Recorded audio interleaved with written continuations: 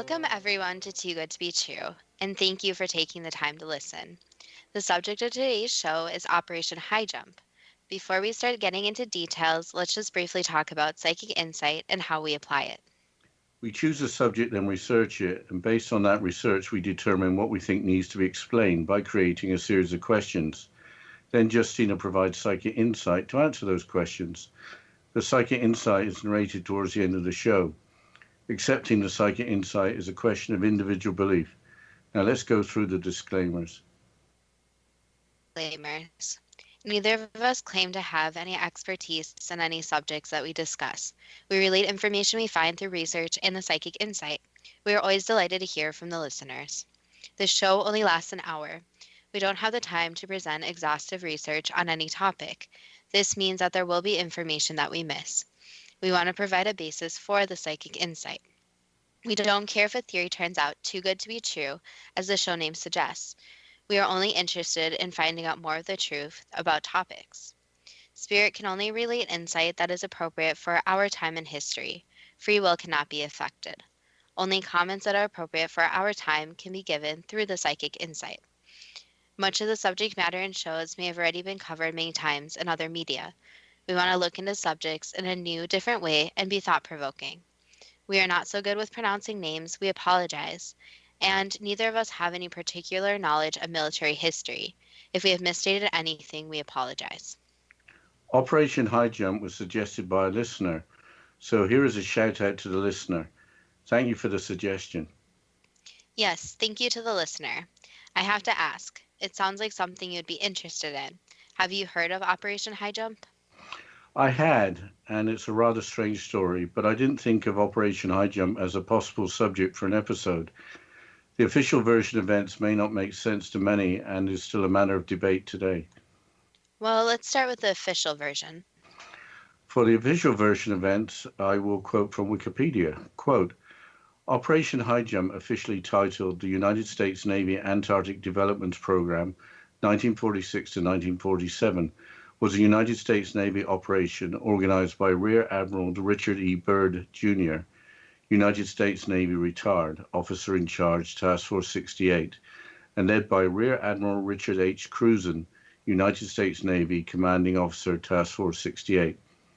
Operation Highjump commenced on the 26th of August 1946 and ended in late February 1947. Task Force 68 included 4,700 men, 13 ships, and 33 aircraft. Operation Highjump's primary mission was to establish the Antarctic research base, Little America 4, end quote. The objectives, according to Chief of Naval Operations Chester W. Nimitz, were to train personnel and test materials in the frigid zones, consolidate and extend American sovereignty over the largest practical area of the Antarctic continent, determine the feasibility of establishing and maintaining bases in the Antarctic, and to investigate possible base sites, develop techniques for establishing and maintaining air bases on the ice, with particular attention to the later applicability of such techniques to Greenland, and to amplify existing knowledge of hydrographic, geographic, geological, meteorological, and electromagnetic conditions in the area. This was just after World War II had ended in 1945. It was the first Antarctic summer after 1945 to 1946. But I already have some questions. The first objective of training and testing equipment in frigid conditions could be achieved in the United States. There are plenty of frigid conditions in Alaska or North Dakota. Also, why go to Antarctica to develop techniques to establish and maintain air bases in Greenland? Why not just go to Greenland, and it's much closer to the North Atlantic? Establishing bases seems a bit odd, as in Antarctica now. There are scientific bases that didn't need a fleet of military ships to set up. But that said, years later, air transport has become much more sophisticated and reliable. But scientific research into a particular geography isn't the usual objective for a naval fleet. So what do you think the real objective was? I think that the second objective was the prime objective. That was to consolidate and extend the United States sovereignty over the largest practical area of the Antarctic continent. That's what the military is used for. to take control of territory or prevent territory being taken over. I think it would be a good idea to look more closely at Task Force 68 and see how many research ships or scientists were included. Before we get into the makeup of the task force, let's look at the outcome. Assuming that the United States was trying to extend sovereignty over Antarctica, the mission could not have been successful. The United States, like every other country, doesn't have sovereignty in Antarctica. The fleet that left port wasn't entirely made up of ships and personnel from the United States, according to some sources. A joint British-Norwegian force and a Russian force may have been involved, and possibly Australian and Canadian forces involved as well. If that is true, then the force would have been made up of World War II allies. If there were different nations involved, then that wouldn't suggest that achieving sovereignty just for the United States was the major goal. The involvement of multiple nations wasn't in the official version, but gaining sovereignty as an idea would probably be good for funding the operation. But which other countries have laid claim to Antarctica?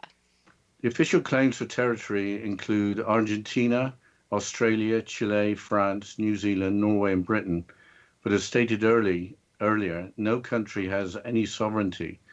The Antarctic Treaty, signed in 1959 in Washington, D.C., proclaims that Antarctica shall continue to be used forever exclusively for peaceful purposes. The treaty has been in force since 1961 and has 53 countries complying with it. The original signatories were Argentina, Australia, Belgium, Chile, France, Japan, New Zealand, Norway, South Africa, the Soviet Union, Britain, and the United States. If Japan signed the treaty in 1959, why didn't Germany? Well, Germany was West Germany in 1961, with East Germany part of the Soviet Union. So the Soviet Union would have spoken for East Germany, while West Germany probably had other priorities. The now united Germany is now one of the 53 parties complying with the treaty and are one of the consultative parties, meaning they help make decisions in governing Antarctica. Germany now has bases in Antarctica, among many other countries, including China. So, around the time of World War II, was Germany involved in Antarctica? Part of Antarctica, New Swabia, was explored by Germany in early 1939 and named after the expedition ship, the Schwabenland. The main purpose apparently was to find an area in Antarctica for a whaling station. Norway had claimed sovereignty over New Swabia as part of Queen Maud Land. So, which countries actually had bases or research stations in Antarctica in 1946? There were two, the United States and Britain. Let's go back to the makeup of Task Force 68.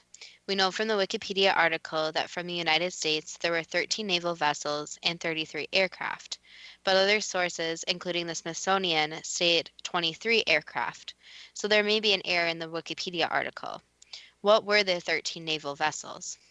There was a brand new aircraft carrier, USS Philippine Sea, plus the following: 2 destroyers, 2 seaplane tenders, 2 tankers, 2 supply ships, 2 icebreakers, a communication ship, and a submarine. A seaplane tender is a type of aircraft carrier. The submarine was also recently built and had the first under-ice sonar to test the feasibility for under-ice operations. The task group was split into an eastern group, a western group, a central group, and a carrier group. The aircraft included 4 helicopters, with helicopters having been only recently introduced into United States military service. There didn't seem to be an obvious research or scientific presence in the task force in terms of a ship, especially designated as being for research purposes. So, how did the operation come about? World War II had ended. Didn't the people in Congress just want to go back to normal life without military operations? Also, wasn't there a huge concern about the threat from communism in the Soviet Union? The Cold War didn't start until 1947, but was only weeks away on December 2nd of 1946 when the task group departed from the Norfolk, Virginia Naval Station. The Truman Doctrine and policy to counter Soviet expansion was first announced to Congress by President Truman in March 1947. During the same year, the United States decided to maintain forces in West Germany. With the world heading for turmoil, the timing of Operation Highjump as a developments program seemed to be a strange priority. Yeah, according to the Smithsonian website, the operation was both massive and hastily arranged. Here's a quote from the Smithsonian website from historian and author Deanne Olson Bellinger, which seems to make sense given the state of the world at the time. Quote, Highjump was a significant illustration of the state of the world and the Cold War thinking at the time. The nuclear age had just begun, and the real fears were that the Soviet Union would attack the United States over the North Pole.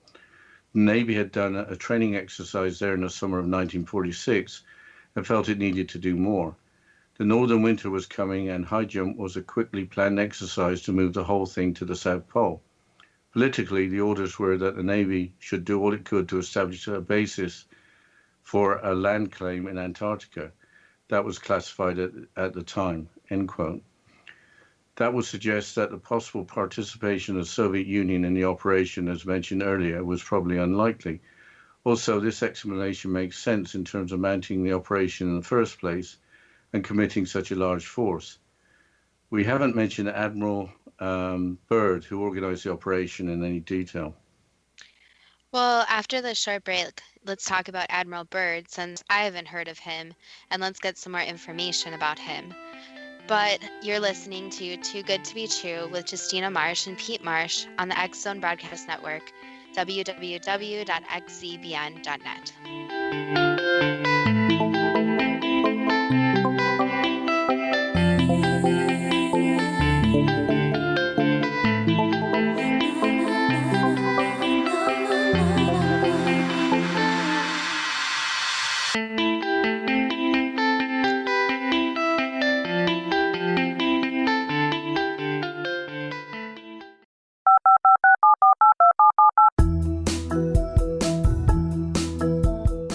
Did you know that when you're on the road with limited data or Wi-Fi, you can still listen to the X Zone Radio Show with Rob McConnell, The Science of Magic with Gwilda Wiyaka, X-1, Dimension X, Space Patrol, and every minute of the X Zone Broadcast Network by calling 213-401-0080, courtesy of Audio Now. No smartphone, app, or internet needed. It saves your data plan, and it's free if you have unlimited minutes. Call 213-401-0080 to listen on any phone, anytime, anywhere. Remember 213-401-0080 for the best of the paranormal, parapsychology, and sci-fi radio programming anywhere, 24/7, 365. You have heard of the X Zone? Now watch it on Simul TV, plus 500 video games, live TV channels, free video on demand, worldwide, and more. Does this sound like tomorrow's television? Well, it is, but you can have it today, right now. It is Simul TV. Simul TV offers what the others only wish they could provide. 15 exclusive channels like X Zone, sci-fi, and horror.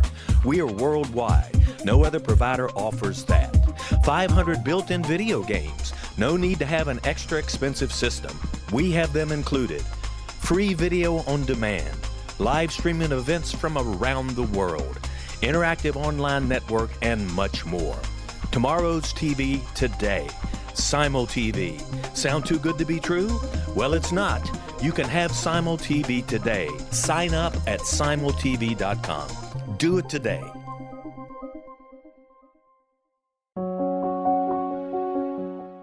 Gwilda Wiyaka's latest book, The Science of Magic Book of Mysteries, Volume 1, is the first book in a series based on her writings that open every episode of the Science of Magic radio show. Drawing on the subject matter of each guest, and armed with over 40 years' experience in shamanism, 35 years in alternative health, and degrees in psychology and religious studies, Gwilda introduces relevant and leading-edge information that supports spiritual evolution and personal empowerment. Rich with wisdom and inspirational quotes packaged in digestible segments, this is a book that will pull you from cover to cover. It will also serve as a daily inspirational reading for years to come. The Science of Magic Book of Mysteries, Volume 1 is available at our website, tsompublications.com, amazon.com, and wherever fine books are sold.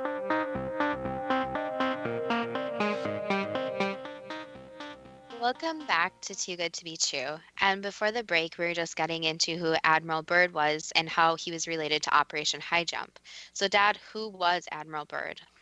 Well, here's a quote from Wikipedia. Quote, Rear Admiral Richard Evelyn Byrd Jr., United States Navy, October the 25th, 1888 to March 11th, 1957, was an American naval officer who specialized in feats of exploration.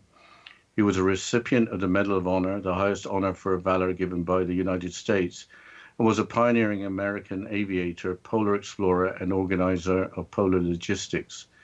Aircraft flights in which he served as a navigator and expedition leader crossed the Atlantic Ocean, a segment of the Arctic Ocean, and a segment of the Antarctic Plateau. Byrd claimed that his expedition had been the first to reach both the North Pole and the South Pole by air. However, his claim to have reached the North Pole is disputed. End quote. At the time, he must have been a national figure. Byrd's command ship was one of the icebreakers, USS Mount Olympus, but Admiral Cruzen, as we mentioned, commanded Task Force 68 and was in charge of the operation. What was the duration of the operation? That is an interesting question. It's hard to find a clear answer on that or how long it was supposed to have lasted. I found one source that stated that the operation was intended to last 6 to 8 months. Arriving at midsummer and staying 6 months would mean leaving in midwinter for the United States. I looked up Antarctic sea ice by month. Sea ice is at a minimum during February and is about 50% of its maximum by June. 6 to 8 months seems to make sense for a massive investment in hardware and manpower. Multiple sources claim that the operation was ended earlier than planned. The last group was reported as leaving was the Eastern Group, which headed for home on March the 4th, 1947. So the operation only lasted in Antarctica for probably only a half of its intended duration. So, what happened? Bad weather was blamed, but there were also fatalities. There was a crash during a blizzard of a Martin Mariner flying boat that killed 3 crewmen, although 6 of the crew were rescued. Another fatality occurred when one of the ship's crew members was involved in an accident when cargo was being unloaded. Those fatalities are certainly tragic, but Antarctica is obviously a dangerous place. Did the military expect that there would be no fatalities? Also, would you expect bad weather in Antarctica even in the summer? It doesn't make sense that the operation would end early unless weather conditions were more severe than normal. I think that the curious thing is that the reason for ending the operation doesn't seem to have been clearly stated. What were the public told? There must have been a press conference. Apparently, there was a veil of secrecy put over the entire operation. However, a documentary movie was later made. Here's another quote from Wikipedia. Quote, the documentary about the expedition, The Secret Land, was filmed entirely by military photographers, both U.S. Navy and U.S. Army, and narrated by actors Robert Taylor, Robert Montgomery, and Van Heflin. It features Chief of Naval Operations Fleet Admiral Chester W. Nimitz in a scene where he is discussing Operation Highjump with Admirals Byrd and Cruzen. The film had reenacted scenes of critical events such as a shipboard damage control and Admiral Byrd throwing items out of an airplane to lighten it to avoid crashing into a mountain. It won the 1948 Academy Award for the Best Documentary Feature, end quote. What did the task force come back with? Here's a quote from the website southpole.com. Quote, the greatest achievement of Operation Highjump was its acquisition of approximately 70,000 aerial photographs of the coast of Antarctica and selected inland areas. But what was expected to be a mapmaker's dream turned out to be a cartographic nightmare when a large percentage of the photographs were rendered useless due to a lack of adequate ground control points. Fortunately, this matter was rectified the following year by a much smaller expedition, Operation Windmill, which succeeded in obtaining most of the needed ground control points. Thus, Operation Highjump was not denied its rightful place in the history books as one of the more productive Antarctic expeditions, end quote. Operation Windmill missions during 1947 and 1948 included supply activities, helicopter reconnaissance of ice flows, scientific surveys, underwater demolition surveys, and convoy exercises. Were there any newspaper articles or news conferences on the return of the task force? There was an article in a Chilean newspaper which is referred to on multiple websites. Here is a quote from the website Beyond Weird. Quote, on March the 5th, 1947, the El Mercurio newspaper of Santiago, Chile, had a headline article on board the Mount Olympus on the high seas, which quoted Byrd in an interview with Lee Van Atta. Admiral Byrd declared today that it was imperative for the United States to initiate immediate defense measures against hostile regions. The Admiral further stated that he didn't want to frighten anyone unduly, but that it was a bitter reality that in case of a new war, the continental United States would be attacked by flying objects that could fly from pole to pole at incredible speeds. Earlier had recommended defense bases at the North Pole. Admiral Byrd repeated the above points of view resulting from his personal knowledge gathered both at the North and South Poles before a news conference held for international news services, end quote. Pictures of the news clipping, which was written in Spanish, are included on several websites as evidence of Admiral Byrd's interview and remarks. Commenting on flying objects which could fly from pole to pole at incredible speed seems extremely odd, especially as the jet engine was in its infancy in 1947. What happened to Admiral Byrd when he returned? He wasn't allowed to hold any news conferences and was hospitalized. Later in 1955, he was in charge of Operation Deep Freeze, which was part of the International Geophysical Year 1957 and 1958 exploration of the Antarctic. In 1957, he died of a heart ailment, aged 68. Some sources speculate that death was not by natural causes. On YouTube, there is a famous video of a CBS television news program which includes an interview with Admiral Byrd made after Operation Highjump. Here is a quote from Admiral Byrd during the interview regarding United States interest in Antarctica. Quote, it's for science. It's an untouched reservoir of natural resources. Strangely enough, there's an area left in the world today, an area as big as the United States, that's never been seen by a human being, end quote. At this point, the interviewer changes the subject to a trivial matter, which seems odd as Admiral Byrd was becoming very interesting. What was he referring to regarding the area as big as the United States? Isn't Antarctica larger? My rough estimate is that Antarctica as a landmass is about twice the size of the continuous United States. So he could have been talking about Antarctica, but Antarctica by that time had been seen by human beings along with tens of thousands of aerial photographs. Maybe he was talking about the vast area that wouldn't have been photographed. One of the problems with researching this subject is finding facts is very difficult. There seems to be websites everywhere that seem to have some really wild theories of what actually could have occurred in Antarctica.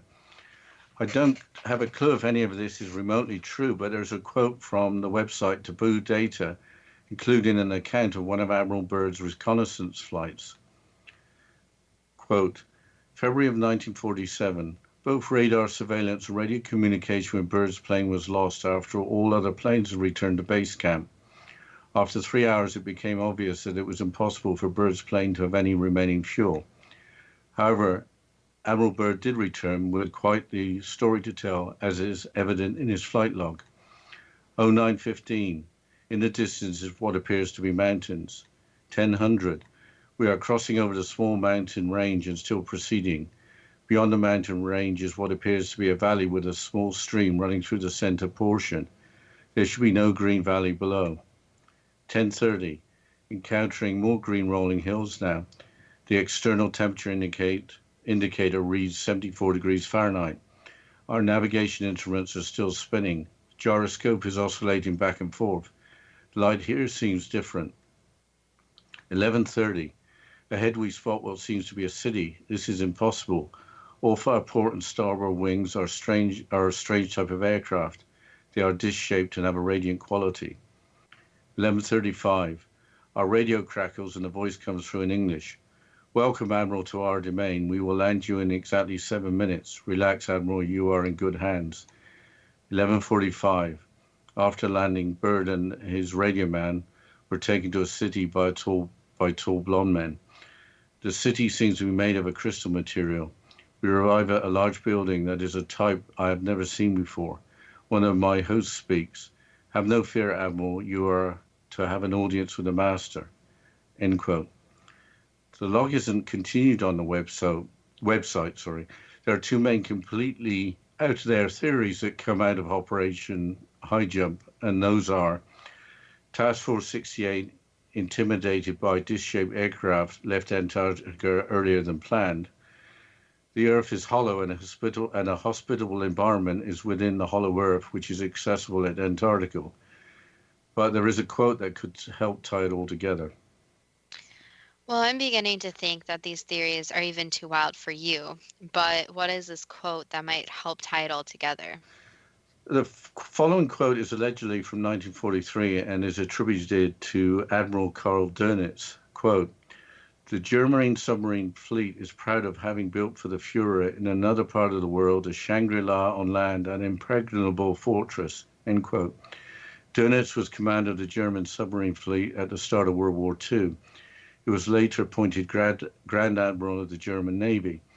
He succeeded Adolf Hitler as head of state by becoming president of Germany in 1945. Well, we'll have to discuss how this actually ties it all together after this short break. And you're listening to Too Good to Be True with Justina Marsh and Pete Marsh on the X Zone Broadcast Network, www.xcbn.net.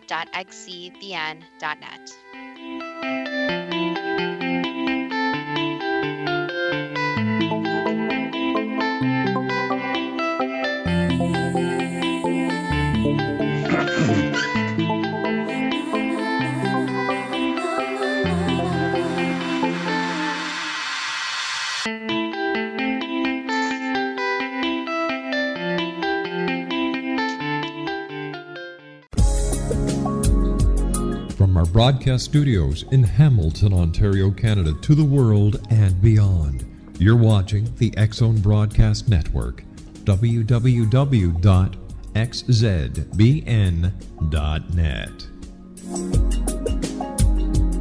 AVS Media Den.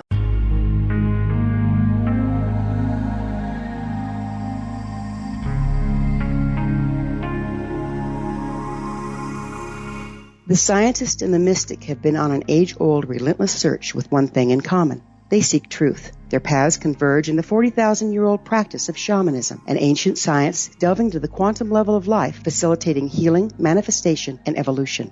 I'm Gwilda Wiyaka, the founder and director of Path Home Shamanic Arts School, a unique Colorado State certified occupational school training shamanic practitioners and teachers. We also provide classes for empowering personal lives through shamanism. Our certification classes are in week-long segments enabling international participation, and online classes and long-distance shamanic healing sessions are available. Come discover the science of magic in the limitless world of shamanism. www.findyourpathhome.com.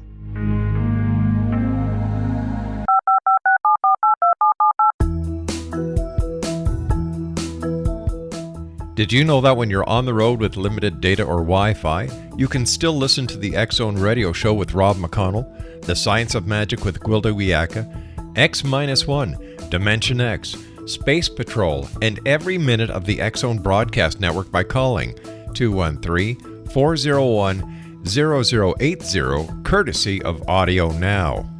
No smartphone, app, or internet needed. It saves your data plan, and it's free if you have unlimited minutes.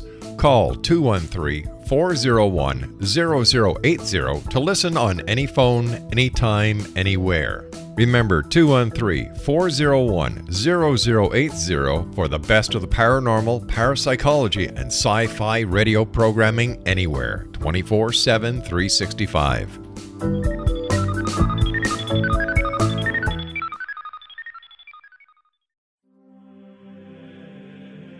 Rob McConnell here, presenting an overview for Nicholas Paul Jennings, author of a fascinating book, Amen. It presents facts revealed by Egyptologists, facts that enable us to understand why Amen is the beginning of creation of God. It provides recommendations for religious leaders of the major religions to unify their beliefs and teach the Word of God. Love one another. Amen informs people how mankind conceived God. It was the Egyptians that developed the concepts of a soul, a hereafter, and Son of God. And finally, after the worship of many gods, they conceived the belief in one universal God, the maker of all there is. For more information, visit www.futureofgodamen.com. That's www.futureofgodamen.com.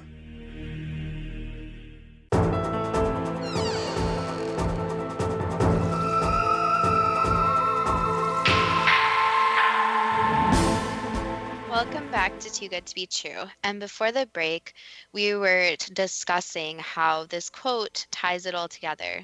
So, Dad, can you explain how this quote even ties all this information together? Yeah, remember that Admiral Byrd talked about the continental United States being possibly attacked by flying objects which could fly from pole to pole at incredible speeds. If the Admiral Byrd flight log is true, that's where he might have seen the flying objects. But which nation had disc-shaped aircraft or high-speed flying objects in World War II? Have you heard of the Nazi Bell or Die Glocke? No, but I think I'm about to hear about it. Wikipedia has more on the subject of Die Glocke than on the subject of Operation Highjump. Here is a quote from the Wikipedia article.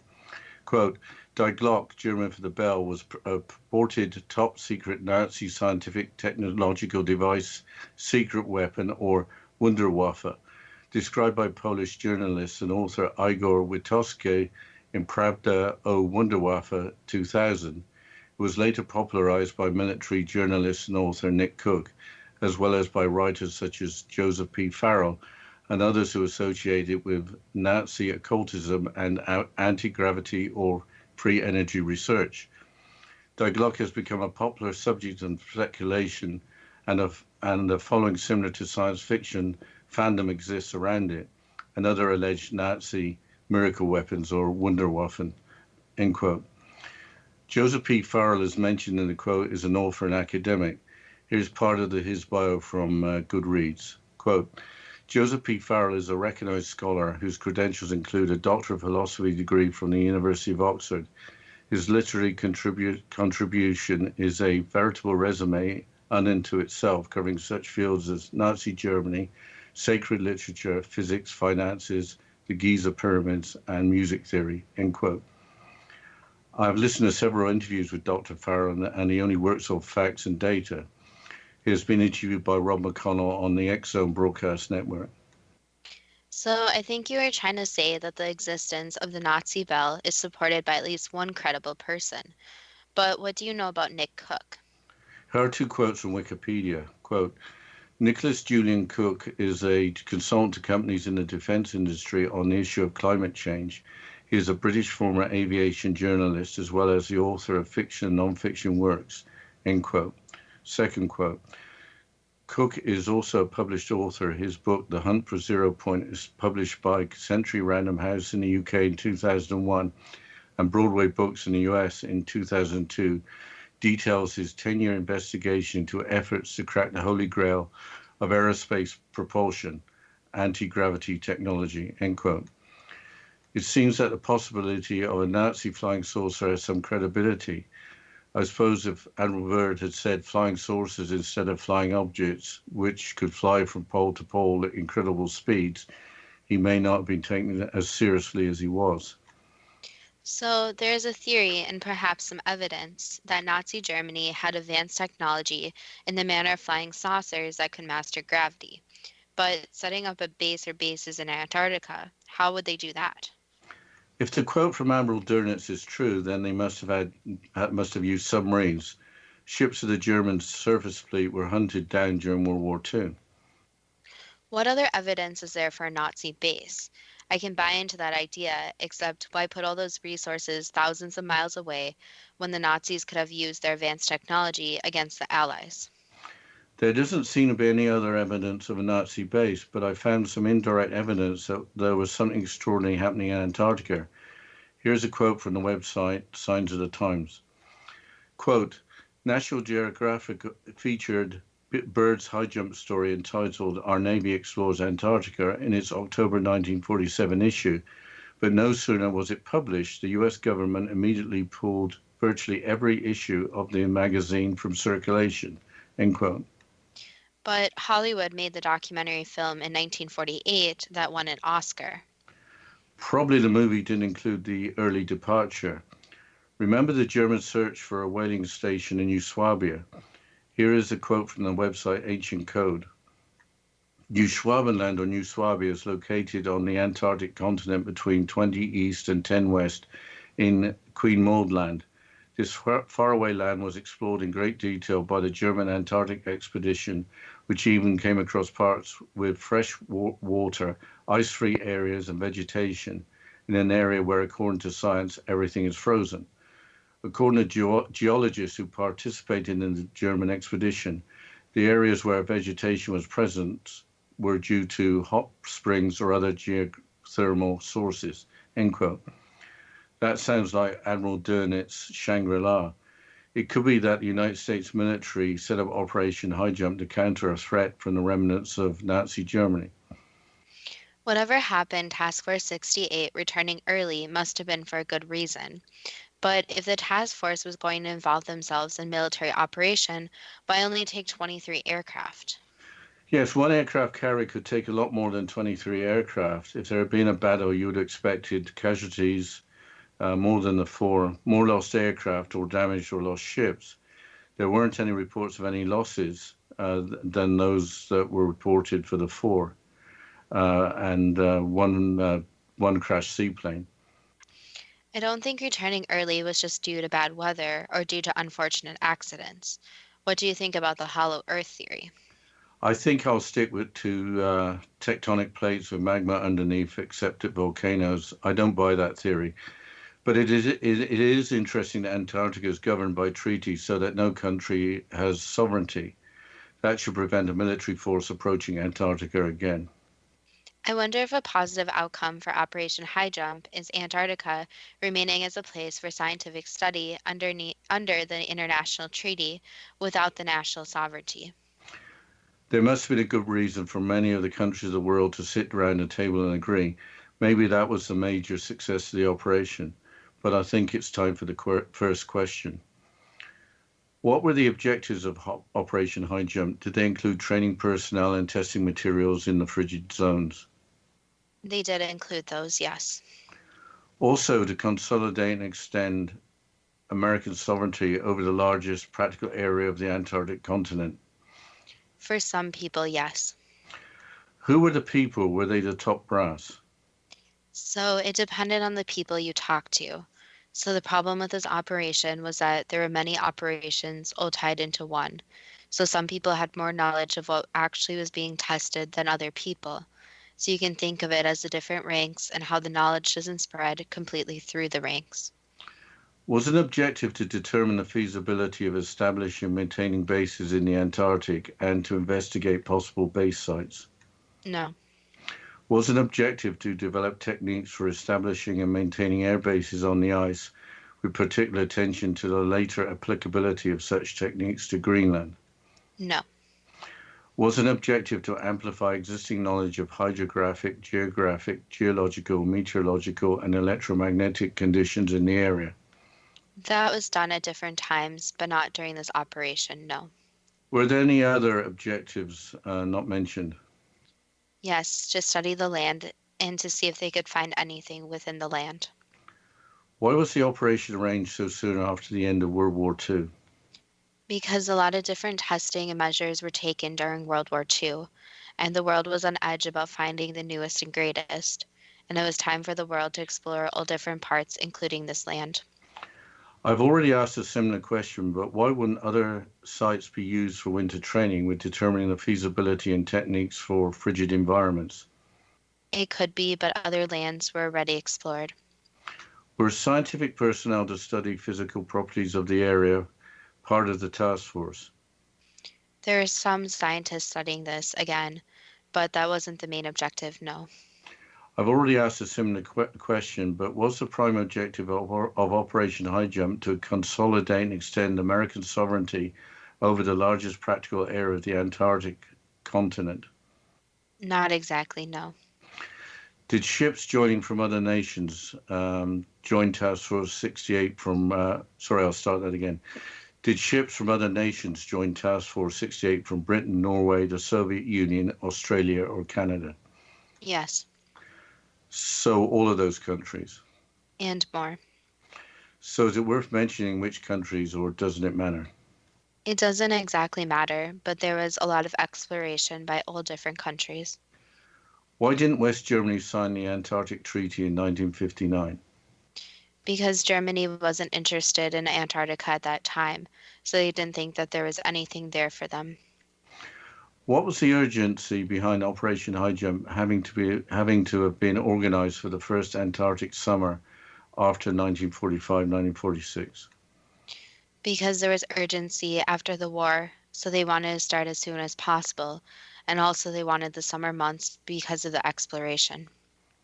Weren't there bigger concerns in the world in 1946, such as the spread of communism, rather than sending a naval task force to Antarctica? Yes. Was Operation Highjump hastily arranged? Yes. In 1946, was the United States in fear of an attack from either the North Pole or the South Pole? Yes and no. At that time, the United States was afraid of a lot of attacks. But the problem with the North and South poles at the time was there was little to no exploration. So many different things could have been occurring there, and the United States wanted knowledge of it and wanted to know exactly what was going on. So it's more of mapping the world and seeing where the risks were. Was the operation planned for 6 to 8 months? Yes. I think we're going into a break now, Justina. Why don't you take us into the break? Yes, we'll continue with the psychic insight and the questions after the short break. And you're listening to Too Good to Be True with Justina Marsh and Pete Marsh on the X Zone Broadcast Network, www.xzbn.net.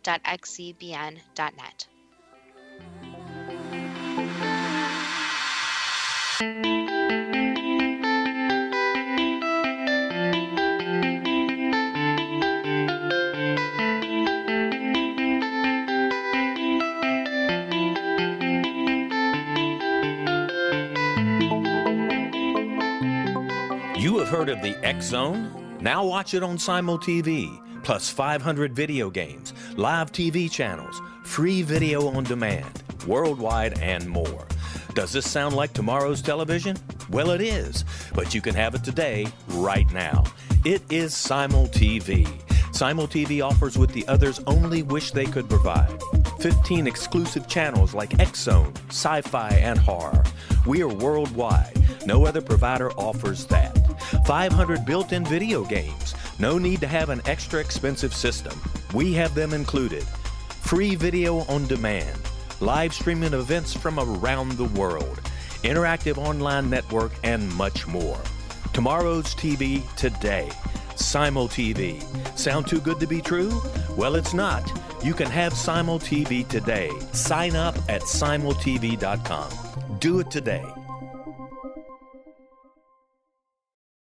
The new nonfiction book, Razor of Madness, is similar to cult movies like Clockwork Orange, Dragon's Tattoo, or The Other Side of Hell. Wayne Morin Jr. and Thomas Lee Howell expose widespread and systematic deficiencies in this thought-provoking tell-all novel. Mind control rages among scholars in law schools. Human rights are ignored while thought reform and mental manipulation are accepted practices used as behavior modification. Dr. Louis Jolyon West comes to mind.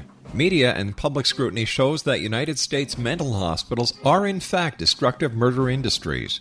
Razor of Madness expose novel details this epidemic through an in-depth professional and personal investigation. For decades, there has been a revolving door policy that still releases killers and pedophiles back into society. The maestro of mind control continues to haunt America to this very day. Razor of Madness is available in paperback or as a downloadable ebook at Amazon.com. I'm William S. Peckham. If you enjoy a good mystery with a touch of the paranormal, then you'll love my novel, From Out of the Woodwork. It's the story of a young Toronto contractor, Sean Kennedy, who buys derelict homes, guts them, and turns them into multifamily dwellings. Slums just waiting to happen. When Sean buys 29 Livery Lane, the house fights back. Former owners unexpectedly come out of the woodwork as he starts the destruction. The apparitions come to him when he touches old books, reads hidden letters, rummages through old boxes, finds a locket, or reads a discovered manuscript of a murder mystery. From Out of the Woodwork will take you from 1899 to the horror of the World Trade Center, September 11, 2001. Check out From Out of the Woodwork on my website, www.williamspeckham.com.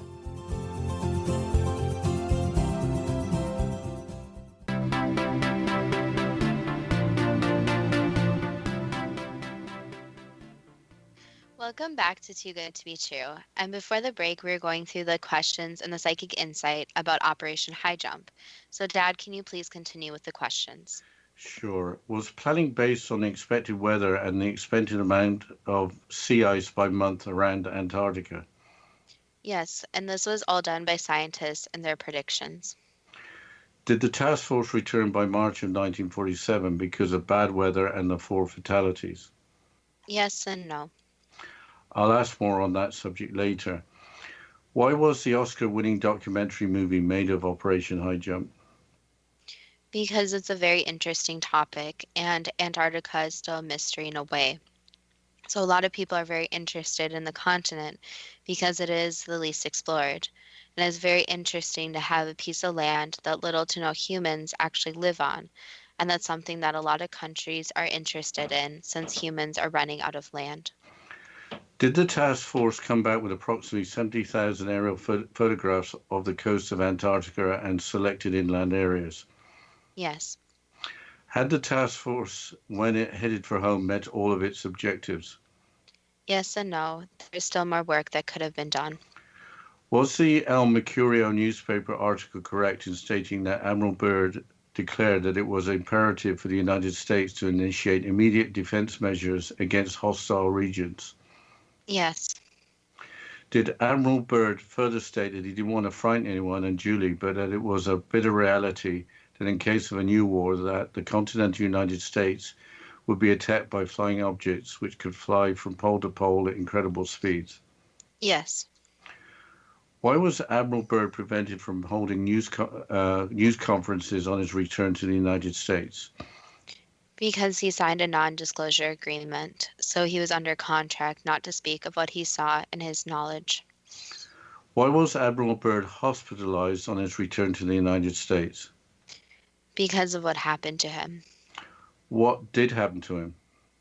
He fell ill after a series of experiments, so he did catch a normal sickness, but it was a very stressful situation down there and a very shocking one, so it made his health worsen. Did Admiral Byrd die of natural causes in 1957? Yes. During the CBS television interview, was Admiral Byrd correct that the United States' interest in Antarctica was an untouched reservoir of natural resources? Yes. At the time of the CBS interview, was there an area big as the United States in Antarctica that had never been seen by a human being? Even bigger, but yes. So was that Antarctica itself or somewhere else? Antarctica itself. Were the reported extracts from Admiral Byrd's log from a reconnaissance flight real and not faked? Yes. So they were real? Correct. Were Admiral Byrd and his radio man taken to a crystal city by tall blonde males? In his mind, that was a real experience. Why wasn't the account of his log continued? Because some of the information was private and was not to be shared, since some details were too personal to be shared. Was Task Force 68 and personnel from other nations intimidated into leaving Antarctica earlier than planned by disc-shaped aircraft? Yes, there was advanced technology and very different aircraft present, but that wasn't the only reason they left. Is the Earth hollow with an entrance in Antarctica? No. Is a quote from Admiral Karl Dönitz from 1943 correct in that the German submarine fleet had built in another part of the world a Shangri-La on land, an impregnable fortress? Not exactly, no. What was the quote based on? It was an idea that seemed very real to him. In his mind, he thought he was correct. Did National Geographic feature Operation Highjump in its October 1947 issue, with the United States government immediately pulling the magazine from circulation? Yes. Was the German military in World War II in possession of the Bell or Die Glock flying saucer that could control gravity? No, What were the flying objects that Admiral Byrd had referred to in various statements? they were UFOs. Was Operation Highjump intended to mitigate a threat from advanced weaponry in a Nazi base or bases in Antarctica? There were studies of materials and weapons, yes, but that wasn't the primary objective. There were other objectives that happened. So, yes, they were afraid of the Germans and their possession and their knowledge, but they were also doing research in other places. The reason Antarctica was so interesting to them was because it was unexplored, and because of the land use, the elements, and the curiosity of what existed in those parts. Was there advanced Nazi German weaponry in Antarctica? Not in Antarctica, no. Was there a battle or battles that damaged the task force with the outcome being made secret? No. What happened to make the entire fleet of ships return early? So there were some strange events that took place. So when they went to Antarctica, they really didn't know what to expect, even with the weather conditions, preparations, etc. It was really never done in that way before. But what happened was, yes, there were strange occurrences, strange lights, strange objects, strange noises, etc. Some of the people did get scared and they wanted to turn back. And eventually there was a combination of all these strange happenings and the different conditions of Antarctica and bad preparation. So it became this big storm where multiple things were occurring, and for the safety of everyone, it was best to come back. So the problem with Antarctica even now is that there are strange occurrences because it is unexplored and is way different from anywhere in the world currently, and there are some types of strange objects that were spotted that did freak many of the people out. Were the strange objects UFOs? Yes. There were the 4 fatalities. There were no other fatalities that occurred. Correct. So there were the casualties that were reported. And the thing was, a lot of strange occurrences weren't reported since nobody wanted to sound crazy. But even people to this day have strange reports of things that happened in Antarctica and obviously other places in the world. But because it's so remote and so few humans actually visit it, these strange occurrences aren't really recorded as much as if they were more populated by people. But there were different paranormal happenings, strange issues with technology, strange lights, even strange noises. So there was the fear of different creatures present, and also these paranormal happenings.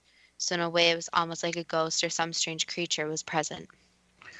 Did the outcome of Operation Highjump result in Antarctica becoming governed by international treaty? Yes, because they did not want to just want anyone going there. And there's also the research into obviously what kind of resources are available. So scientists are researching what sorts of resources are available since different governments do want to stay a step ahead for future populations. Even though conditions are extremely difficult, is there a future scene for Antarctica?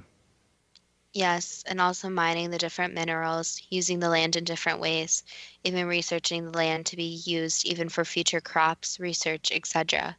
And the thing is that it is so remote, it is easy to test future technology, to test unique different experiments without a bunch of humans watching.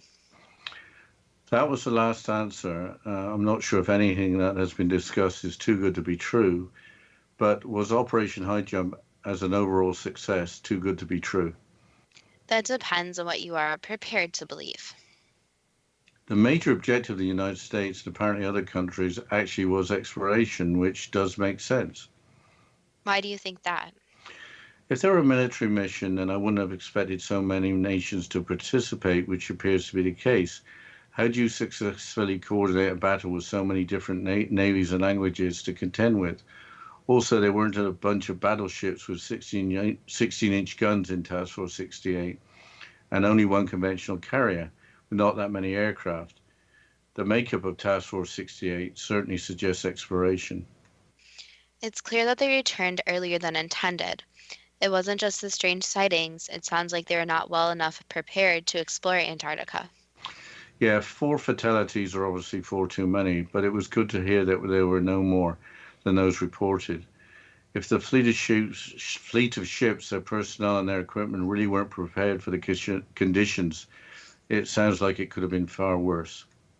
Well, it also looks like there is no hollow earth to talk about.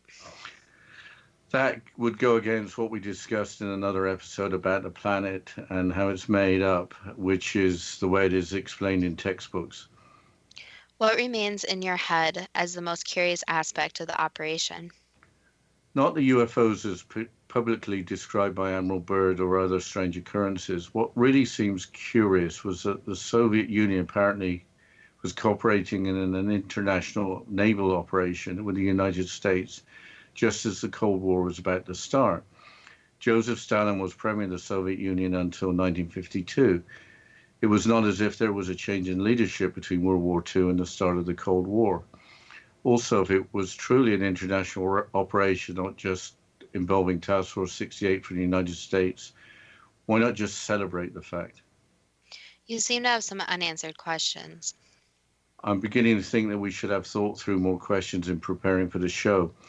The main focus was why the operation ended so abruptly and why the lack of clear official reasoning for why it was the case. The fact that Antarctica has ended up being governed by a Council of Nations is a great outcome. With the natural environment being so climatically hostile, nations may have to cooperate just to ensure that all the people living and working in Antarctica remain safe. That's a good point about unanswered questions. We have quite a few episodes out there. We haven't heard from a listener saying that they had more questions or would like to get an answer to a particular question. If a listener has a question or questions regarding any of the episodes, we'd be happy to try and answer it. Finally, I think we need to mention again that Operation Highjump was suggested by a listener, so another shout out. So we're always looking for more suggestions, so don't hold back. Yes, then we should mention our Facebook page. So if you go to Facebook and you type in Too Good to Be True with the first two spelled TWO, you can like our page, message us on there, communicate with us, and give us any suggestions or questions you may have. And as always, thank you to all the listeners, and we look forward to next week's show.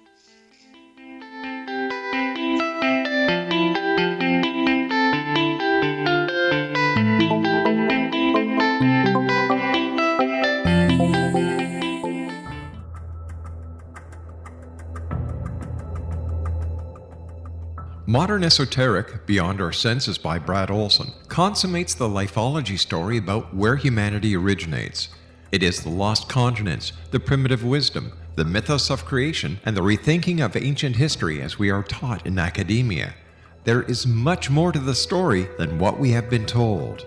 As this is the first book in the Esoteric series, Modern Esoteric starts at the beginning of time and accelerates up to this modern age. Future Esoteric is book 2 in the series and takes a forward-looking position ahead of today with an open and honest examination of the ET issue and various unexplained phenomena. To discover the writings of author Brad Olson, visit www.bradolson.com. That's www.bradolson.com.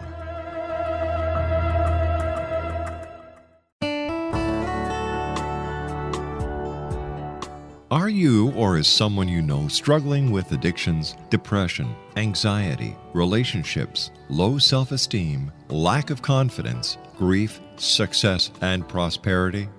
Do you know that your subconscious belief plays a big role in the outcome of your hard work?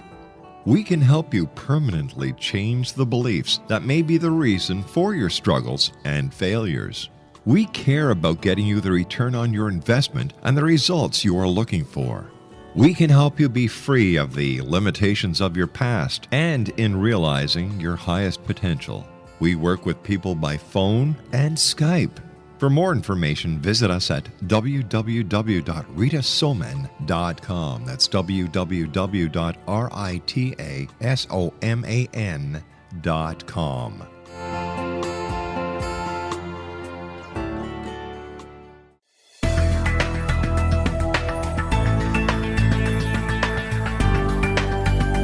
Do you think you have energy problems in your home? Do you feel better when you're away than when you're home? Joey Korn is a global leader in the world of dowsing who specializes in personal energy clearing and space clearing.